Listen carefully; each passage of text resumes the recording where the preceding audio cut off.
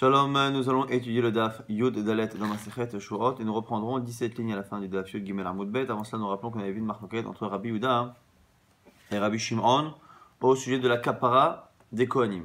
On sait que par rapport à une avéra particulière, le fait de rentrer au Beth Amikdash en état d'impureté ou de consommer un korban en état d'impureté, tout le monde sait que les Kohanim et les Israël sont à part. Ils n'ont pas la même kapara.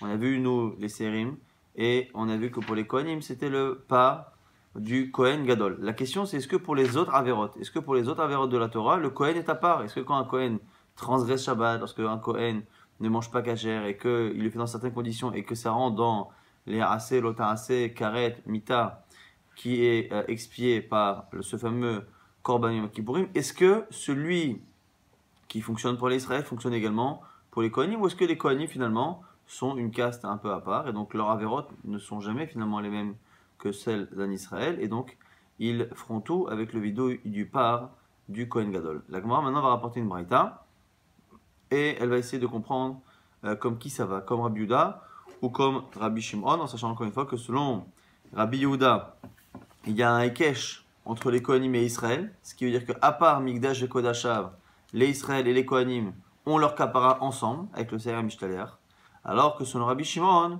les Kohanim sont à part. Donc, et on va essayer de comprendre ici comme qui est la braïta, en sachant que on va utiliser des versets dans Vaïkra qui semblent contradictoires, parce que, enfin contradictoires, on a l'impression que le Kohen s'occupe à un moment donné de faire kapara pour le peuple et de faire kapara pour lui.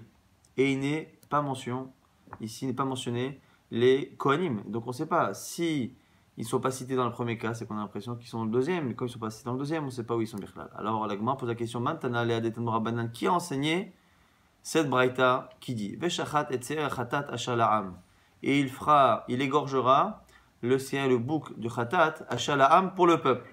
Donc ça c'est au peuple qui appartient au peuple ou qui est pour le peuple. Donc on voit, chez les Kohanim Traperimbo, a priori, ça ne concerne que le peuple, et le peuple, c'est pas les Kohanim. Mais Kaperim Parosh el Aaron, alors moi je me dis à ce moment-là, que comment ils vont être pardonnés avec le korban que le Kohen Gadol lui-même a fait. Yachol le kapero paroshel Aaron, mais il est peut-être possible que ça marche même pas là-bas. Pourquoi? Sharik Varnema, c'est marqué là-bas. Et écrit Aaron et parachatat asherlo, et il apportera, il approchera Aaron le parachatat, ce fameux korban chatat asherlo qui est à lui. Donc j'ai l'impression que c'est à lui, que c'est pas au Kohanim. Mais ata, alors si c'est cela.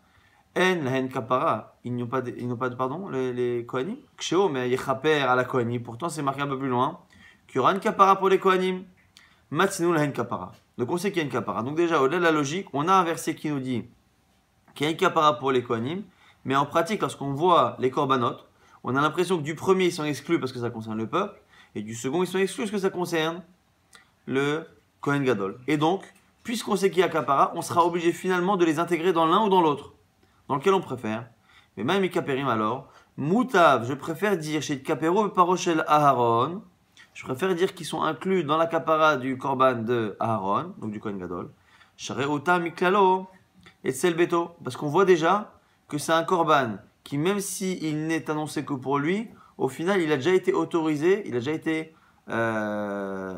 étendu à sa famille. Donc comme il est étendu à sa famille, on sait déjà que c'est un korban, ou quand on dit Asherlo pour lui, c'est pas pour lui au sens strict. Si ce n'est pas au sens strict, on peut très bien imaginer que on va encore plus loin et qu'on inclut les kohanim. Et on va pas du coup parler de l'autre, parce que celui d'Ashala'am, on n'a pas vu que ça pouvait aller au-delà de la définition stricte. Et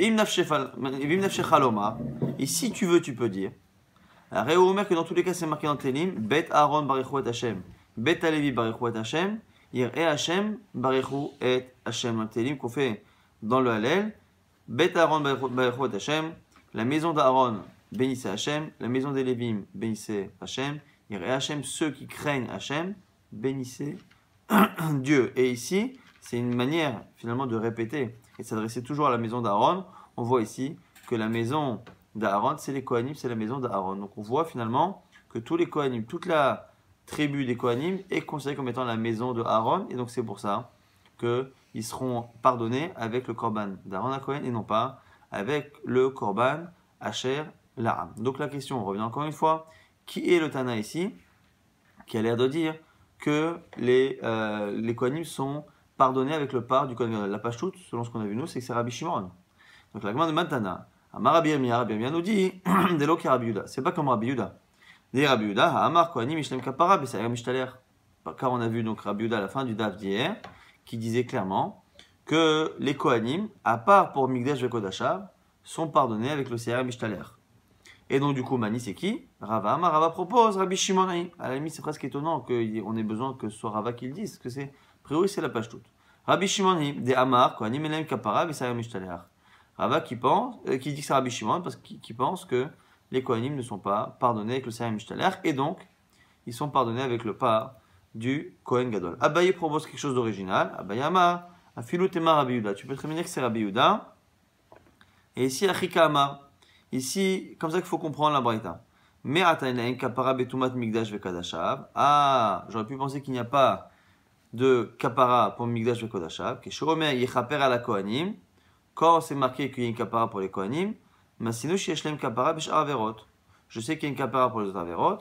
Que modé masinu sheshlem kapara bishar averot, car yeshlem kapara betumat migdash vekodashav. Et donc on sait maintenant que de la même manière qu'il y a une kapara pour les autres averot, il y aura une pour Migdash Vekodashav. En gros, ici, Abaye va lire toute cette braïta sur Migdash Vekodashav. Et donc, cette braïta qu'on vient de citer, qui explique finalement que les Kohanim ne sont pas pardonnés avec les Israël, ça ne parle pas de toutes les averot, où là, effectivement, ça rentrerait dans Rabbi Shimon, mais ça parle de Migdash Vekodashav, donc le fait de rentrer au Migdash en état d'impureté ou de consommer un korban en état d'impureté. Et là-dessus, on avait déjà vu que tout le monde était d'accord. Donc, du coup, même Ekaperi, comment Ekapara, Moutash, Ekapero, Biparo, Shalaron, c'est plus logique de dire que ce Migdash Vekodashav, ils vont avoir cette kapara avec le korban d'Aaron, Sheuta, Shareuta, Miklalo, Etzel, Beto, qui est déjà autorisé à sa famille, et Ekapero, Besaerana, Sebifnim, plutôt que de l'inclure dans le korban qui sert au peuple, qui lui est fait à l'intérieur, Shareuta, Leuta, Miklalo, qui lui n'a pas été autorisé, une Shechaloma. Si tu veux, tu peux dire, Are Omer, Bet Aaron, Barchot Hashem, Verroulé, le fameux verset. Donc, du coup, ici,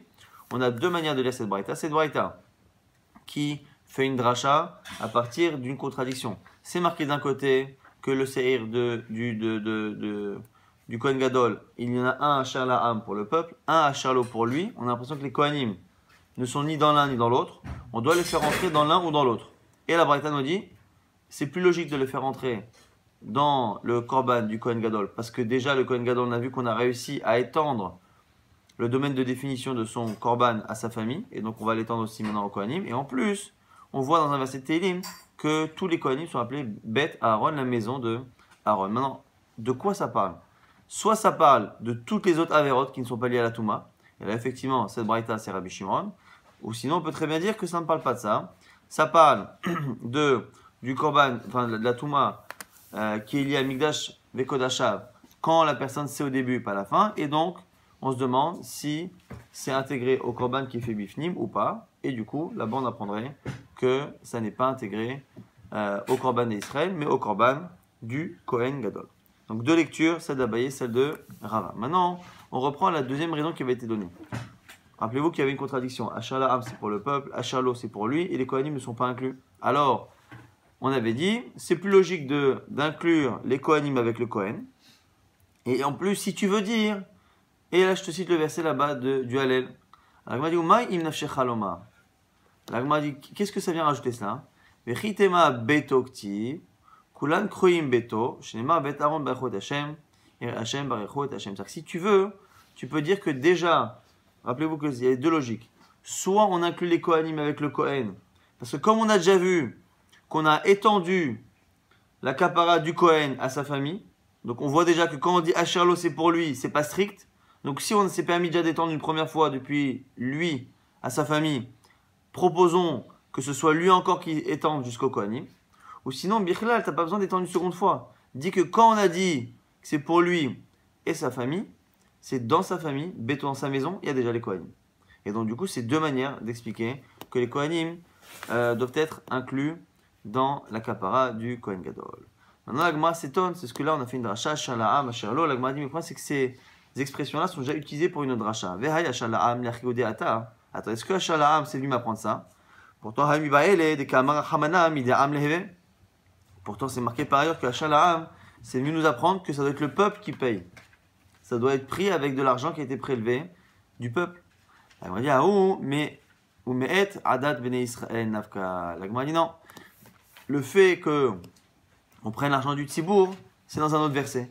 Ou me'et adat bnei Israël. Et de ce qui provient de l'assemblée d'Israël, Ikar Shene, il va prendre 2 boucs pour le korban. Donc il y a un verset qui m'apprend que c'est les Israël qui doivent payer, et à Shalaham, c'est pour m'apprendre que c'est une kapara pour le peuple et pas une kapara pour les Kohanim.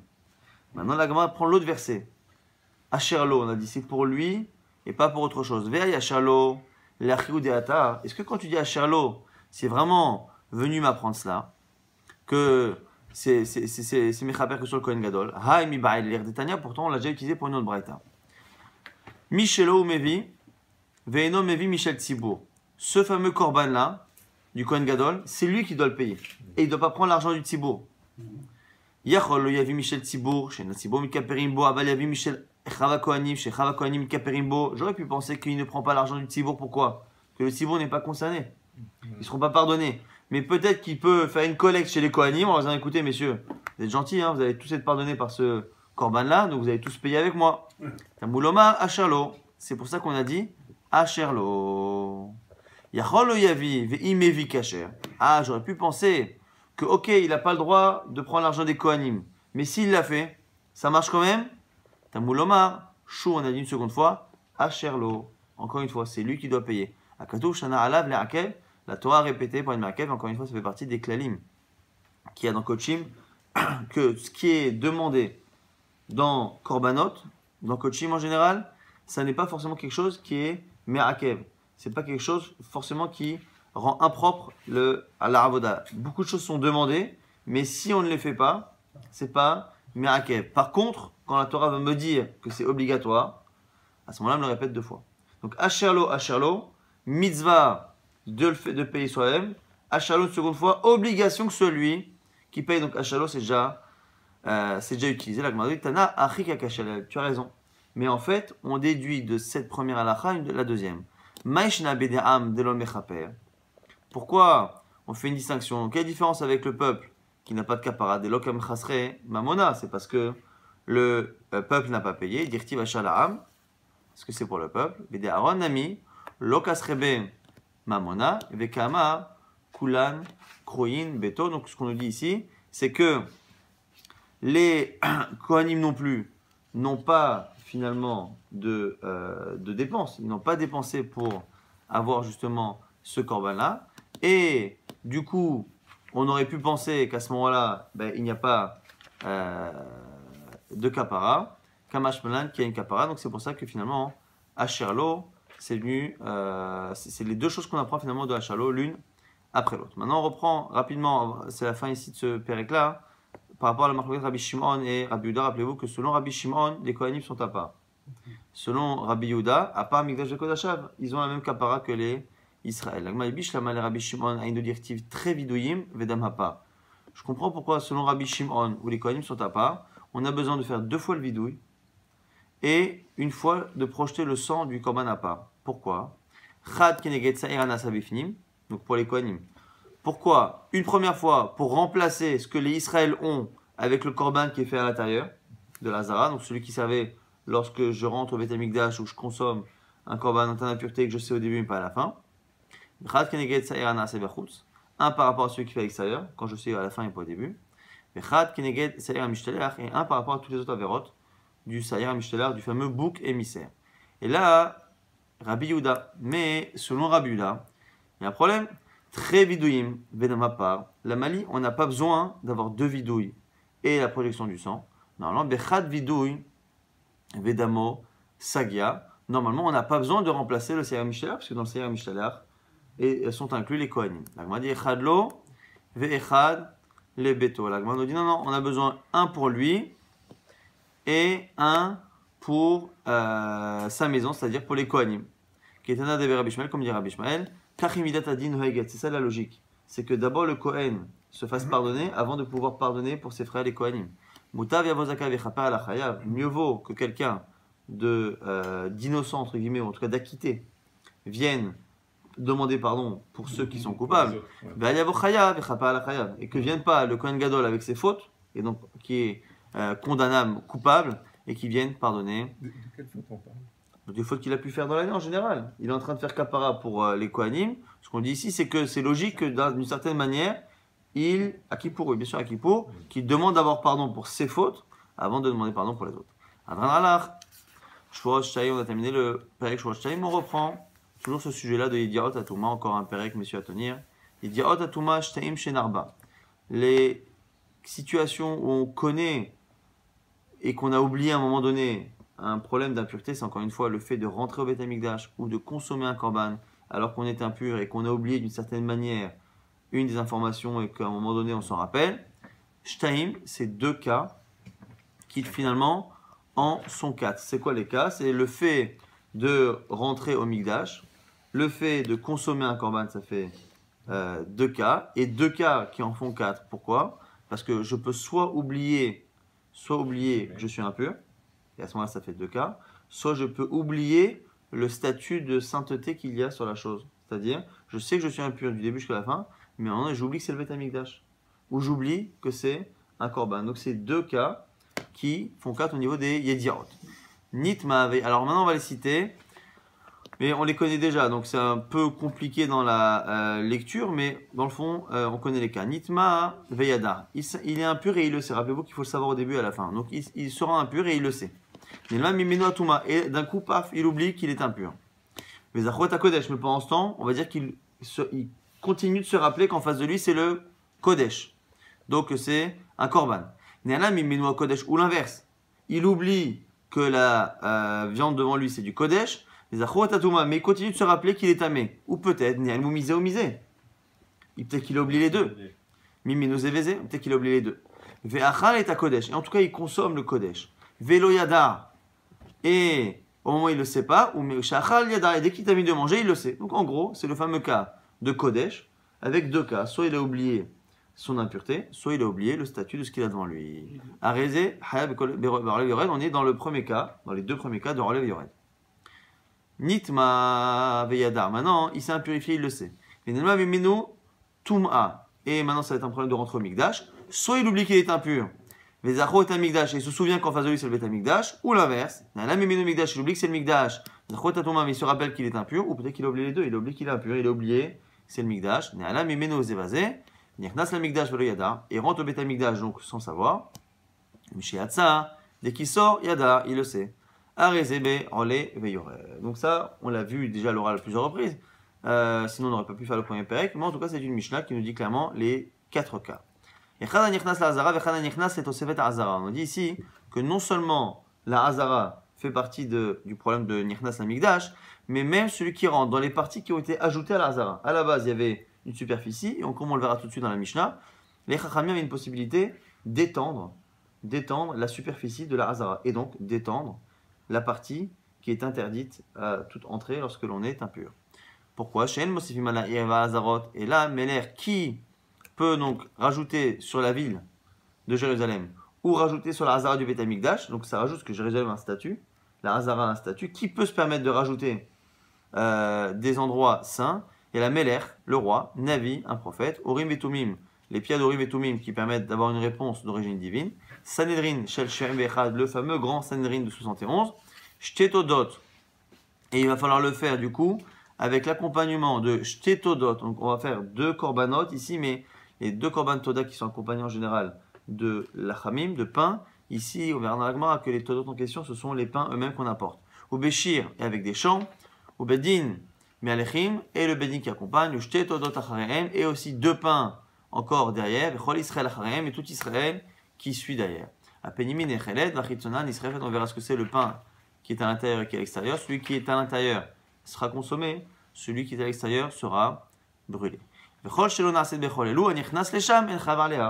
Si toutes ces conditions n'ont pas été respectées, cette partie-là qui aurait été ajoutée n'aurait pas un statut de Tosefet Hazara, donc celui qui rentrerait en état d'impureté ne serait pas Chayav. La Gemara dit maintenant Nitma ba Hazara. On a parlé jusqu'à présent de la personne qui s'est rendue impure avant et qui est rentrée. Maintenant, parlons de quelqu'un qui s'est rendu impur dans la Hazara. Comment ça arrivé? Ne me demandez pas. Nitma ba Hazara. Il se rend impur dans la Hazara. Et il oublie la Touma. Mais Vezachour est un Mikdash, mais il se rappelle du Mikdash. Ou l'inverse, Ne'alam Imeno Migdash, il oublie le Migdash, Touma, il se rappelle de la Touma. Ou il oublie les deux, Ne'alam Imeno Zebazé, Vishtachava, O Shesha Bichde Ishtachava. Ah, là, ici, il faut un certain temps, parce qu'il n'y a pas d'entrée, il n'y a pas d'action d'entrée. En quoi va-t-il faire l'action d'entrée alors qu'il est déjà dedans? C'est lorsqu'il va se prosterner, ou lorsqu'il va rester là-bas, le temps de se prosterner. Oh, Balo Ba'aruka, ou dans le cas où il aurait pu sortir, mais il a pris un chemin un peu long, à ce moment-là, Chayav, Baksara, Pato. Si par contre, il a commencé à sortir, il ne peut pas se téléporter, hein, il faut bien qu'il sorte. S'il sort par le chemin le plus court, à ce moment-là, il n'y a pas de Chiyuv. Maintenant, Zohi Mitzvat Asesh Bamikdash, ça fait partie des mitzvot positives du Mikdash, parce que celui qui est impur, il y a une mitzvah de renvoyer celui qui est zav, qui est sarwa avec chol tamé la nafesh, et celui qui est rendu impur, il faut l'exclure du camp, et donc ici du Beit HaMikdash. Et pourtant, chez En Chavim Aleha, ici il n'y a pas de korban, ce qu'on appelle le korban elem davar. Si c'est le Sanhedrin qui s'est trompé en mentionnant une halakha, par exemple, ils se sont trompés, ils ont dit que voilà, quand on se retrouve impur au Beit HaMikdash, eh bien on peut sortir par le chemin le plus long, par exemple. Et bon, c'est rare parce que c'est une Mishnah, mais la guide que le Beddin s'est trompé là-dessus. Normalement, lorsque le Beddin se trompe, il faut apporter comme un alem davar. Là-dessus, non. Vezohi, mitzvot aseh chez Banida, chez Chayu Aleha. Et quand est-ce que dans une mitzvah plus ou moins similaire, il faut avoir un peu d'imagination, eh bien, il peut y avoir ce korban-là, de alem davar chez Tzibo. C'est dans le cas où c'est un homme qui, alors vous avez la comparaison, je vous laisse l'imagination, hein, mais c'est plus le Mikdash, c'est un homme qui, pendant une relation avec sa femme, réalise, parce que sa femme lui dit qu'elle devient Nida, en plein milieu. Donc c'est aussi un problème de Touma, c'est aussi un problème, entre guillemets, de sortir et de rentrer. Et donc du coup, ce qu'on va voir ici, c'est que comme, de la même manière que quand il sort, il ne doit pas sortir là-bas par le chemin le plus long, ici, c'est l'inverse, plus ou moins, il ne doit pas profiter du fait de se séparer. Et donc du coup, il doit attendre pour ne pas tirer profit de ce moment-là. Donc ce qu'on nous dit ici dans la Mishnah, que là-dessus, si le Beddin s'est trompé, il y a Korban Alem Tzibor. Il était en train d'avoir une intimité avec sa femme qui est pure. Et Amralo, elle lui dit Nitmeti, je suis impur, au Perash Miyad. Et si il s'est écarté immédiatement, Chayav, Mipne Shitziato Anaalo Kebiato. Pourquoi? Parce que s'il le fait tout de suite, il a encore un profit de cette chose-là, comme dans une relation qu'il commence. Et donc, le fait de se retirer est ici considéré comme une relation.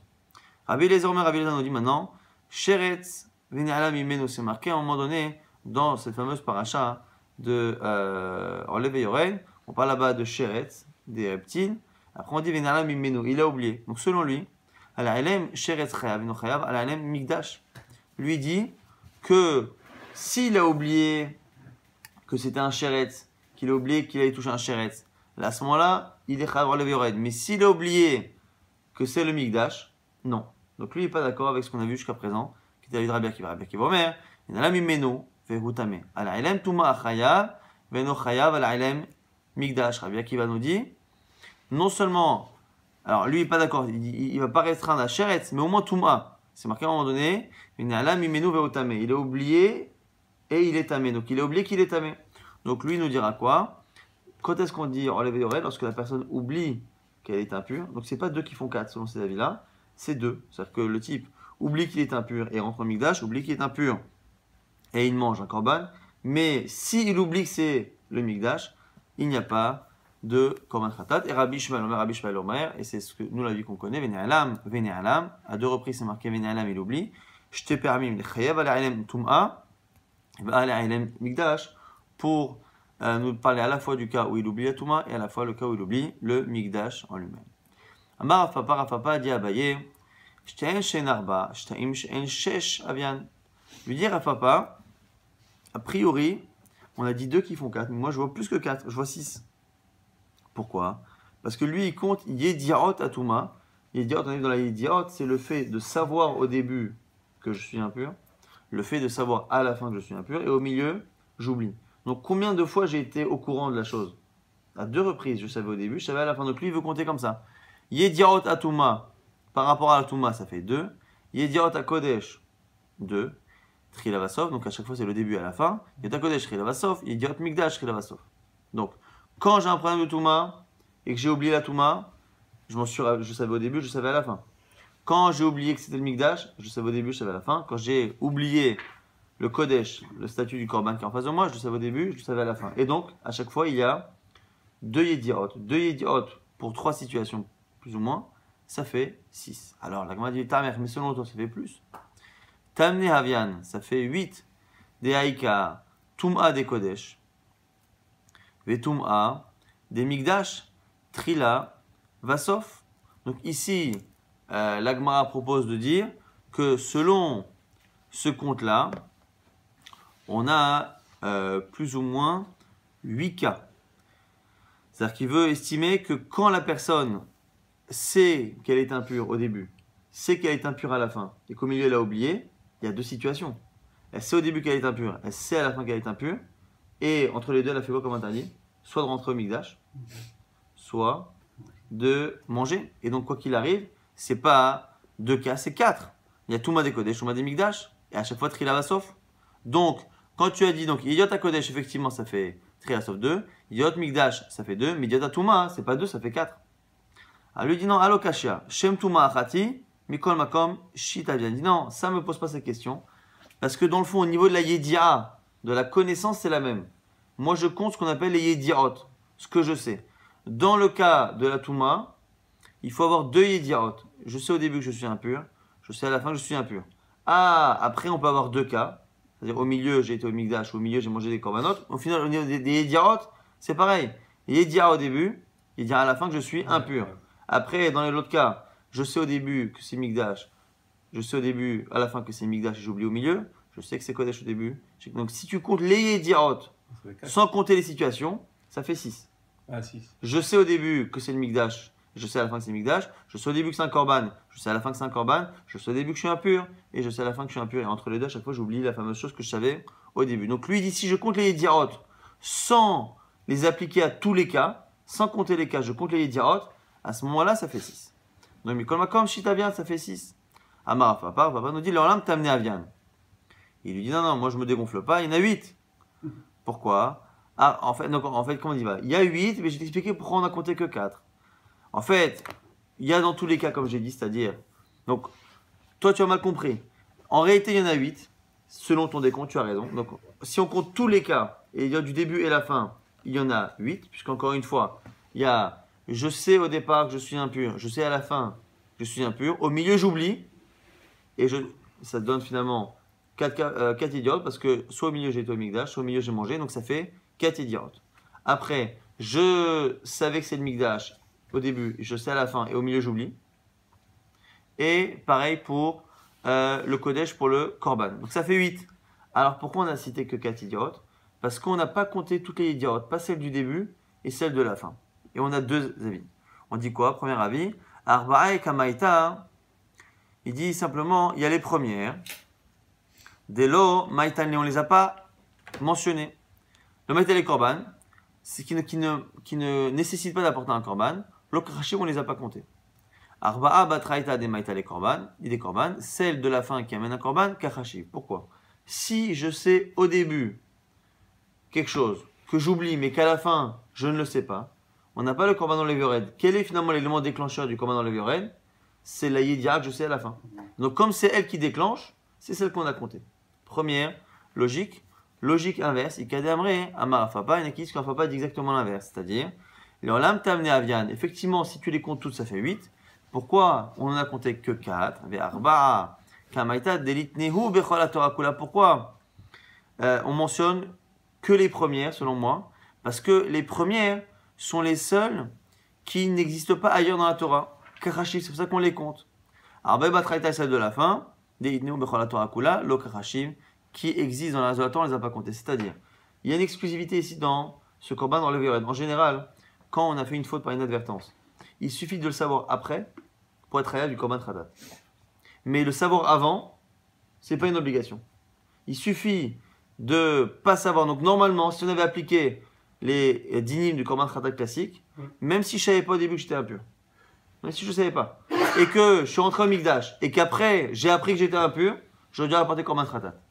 Exclusivité ici, non. Il faut une Yedi'a au début aussi. Donc c'est pour ça que la Gemara nous dit, si tu comptes les Yedi'ot, il y en a 8, mais les 4 de la fin ne m'intéressent pas, elles sont partout dans toutes les Korban Khatat. Celle qui m'intéresse ici, c'est pour ça que c'est Yedi'ot Atuma, c'est celle qui n'existe pas par ailleurs, qui sont typiques Atuma. C'est le seul Korban Khatat qui me demande Yedi'a. Au début, combien il y en a? 8 divisé par 2, ça fait 4, c'est les 4 du début. Maintenant, quelques questions de la Gemara. Bah, Rav Papa, ici c'est Rav Papa qui pose une question. Le type, il oublie il est ilchot tum'a. C'est pas qu'il oublie qu'il est impur, c'est pas qu'il oublie que c'est le mikdash, c'est pas qu'il oublie que c'est un korban, il oublie la ilchot tum'a. L'agma dit echidame. Vous allez voir que ce que l'agma considère comme inenvisageable, c'est ce qui arrive tous les jours dans notre cerveau. Il est madriada, il sheretz tamé, il sfardea tamé. Si tu me dis qu'il connaît pas les animaux tamés, qu'il sait pas que cet animal rampant, il sait pas que la grenouille c'est tamé, quoi, est-ce que c'est possible? Il dit Zilkare Beravu, qu'il a un peu au Talmud Torah. Tout le monde connaît tous les animaux impurs de la Torah. Alvaï.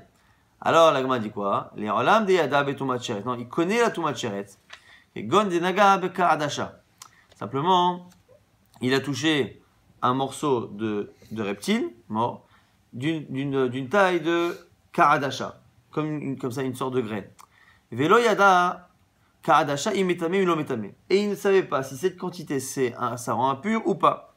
Alors, c'est la question. La question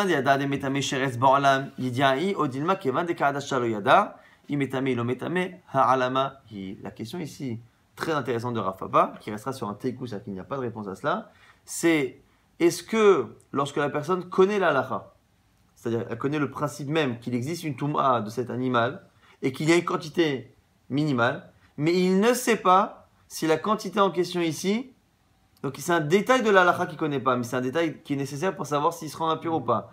Est-ce que le fait de méconnaître ce détail-là, ça s'appelle quelque chose, un ha'elem vene'alam imenu vetame? Est-ce que ça rentre dans ha'elem et à ce moment-là, c'est quand dans le yored ou pas? Teikou, pas de réponse. Question de Rabbi Mia. Ben Bavel Sha'al Eresrel. Un homme de Bavel, donc ici quelqu'un en fait qui habite en dehors d'Eresrel, à l'époque c'est surtout Bavel, qui arrive en Eresrel, fait sa alia, Vene'alam imenu mikdash, et il ne connaît pas, il n'a jamais entendu, enfin, il n'a jamais vu l'endroit du Beth Amikdash. Donc il sait quand même qu'il y a un Beth Amikdash, qu'il y a des ruines d'un Beth Amikdash, mais il ne sait pas où c'est. S'il rentre, est-ce que cette méconnaissance là aussi c'est un peu la même idée? Il connaît le principe qu'il y a un Beth Amikdash, mais il ne sait pas où il est, c'est un détail qu'il ne connaît pas. Maou. Pour qui tu poses la question? Si tu me parles de Rabbi Akiva, qui effectivement a besoin d'une Yedi'a au début, une Yedi'a à la fin, Halo Mechayev al Alem Mikdash. Rabbi Akiva, on l'a cité quelques instants, avant Rabbi Ishmael, rappelez-vous, lui disait que Korban enlevé Yored, c'est quand j'oublie l'impureté, mais pas quand j'oublie que c'est le Mikdash. Or là, ici, le bonhomme qui sait qu'il y a un Mikdash, mais qui ne sait pas où il est, sa méconnaissance est liée au Mikdash. Or, selon Rabbi Akiva, il n'y a pas de korban pour un oubli sur le Mikdash, c'est que sur un oubli sur la Touma. Mais il y a les bas de Rabbi Ishmael. Si tu me poses la question pour Rabbi Ishmael, qui lui avait dit Vene'alam deux fois, pour dire qu'à la fois celui qui oublie la Touma, à la fois celui qui oublie le Mikdash, mais le Mikdash, il y a un problème.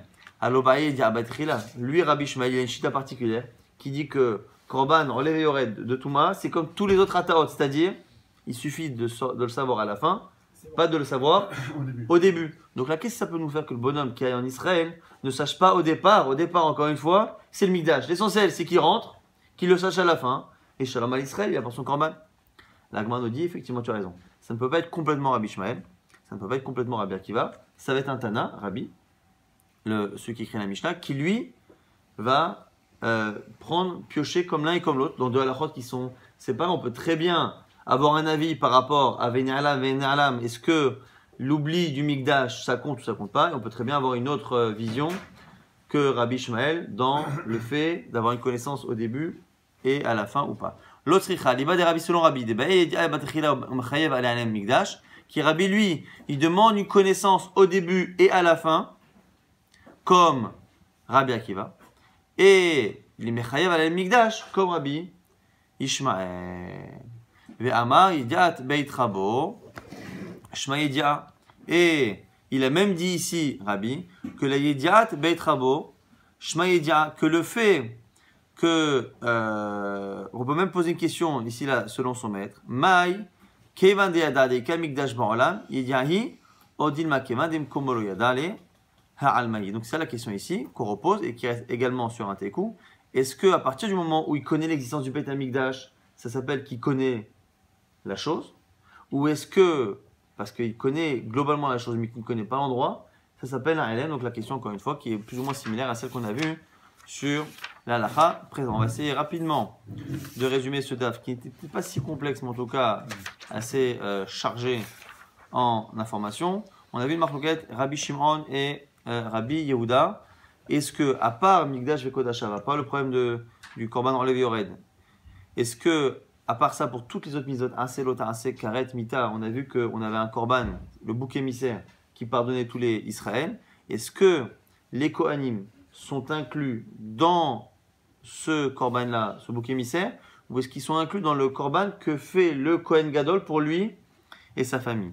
Selon Rabbi Shimon, toutes leurs averot seront pardonnées avec le Kohen Gadol.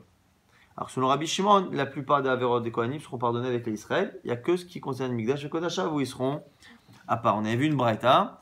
Cette braïta pouvait être lue à la fois comme Rabbi Shimon et à la fois comme Rabbi Yehuda sans forcément rentrer ici dans le détail. Et on avait vu qu'on avait aussi une autre raison de faire rentrer les Kohanim avec le Kohen Gadol, c'est parce que c'est marqué Beto, sa maison, et que d'une certaine manière, les Kohanim sont considérés comme étant la maison, toute la famille, tous les Kohanim sont d'une même maison, c'est la famille finalement du Kohen Gadol. Nous avions vu également que selon certains, le Kohen Gadol devait d'abord apporter une kapara pour lui-même.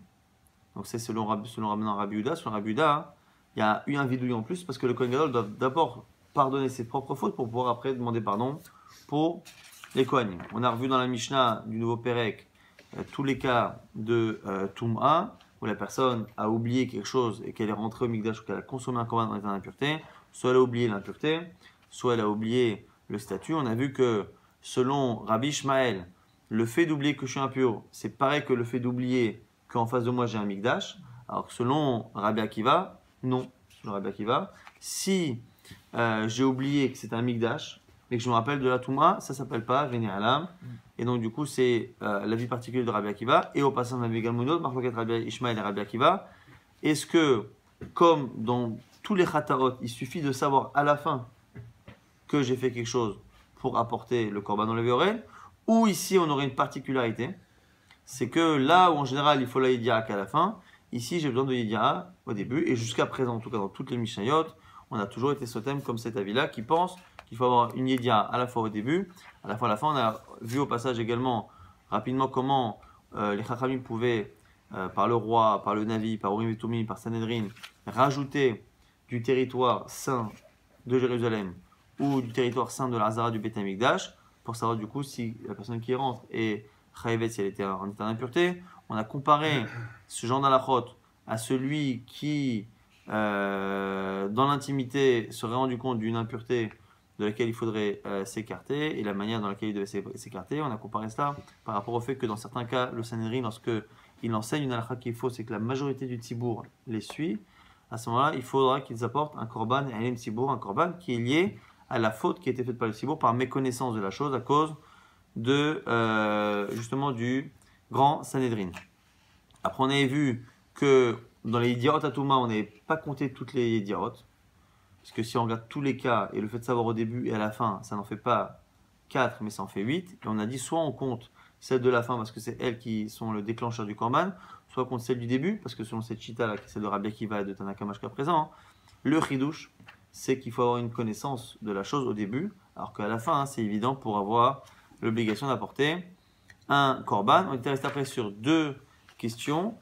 Lorsque la personne connaît une halakha globalement, mais ne connaît pas un détail, et que c'est ce détail-là qui permet de savoir si elle était impure ou pas, est-ce que cette méconnaissance de la halakha, ça s'appelle une alama, et donc c'est véné alam, et donc il y a comment dans le vered, on a dit tekou. Pareil pour ceux qui pensent que le fait d'oublier le mikdash, ça fait partie aussi du cas de Korban dans les vered, donc c'est Rabbi Akiva et Tanakama jusqu'à présent. Si il sait qu'il y a un Beit Hamikdash, mais il ne sait pas, il n'a jamais su où il est, c'est pas qu'il a oublié, il n'a jamais su où il est, est-ce que ici, ça s'appelle un ilm ou pas, c'est justement la Sheila de la Gemara sur laquelle, encore une fois, on répond D'accord. Tekou, c'est qu'il n'y a pas de réponse. D'accord. Il n'a jamais su où il est. C'est-à-dire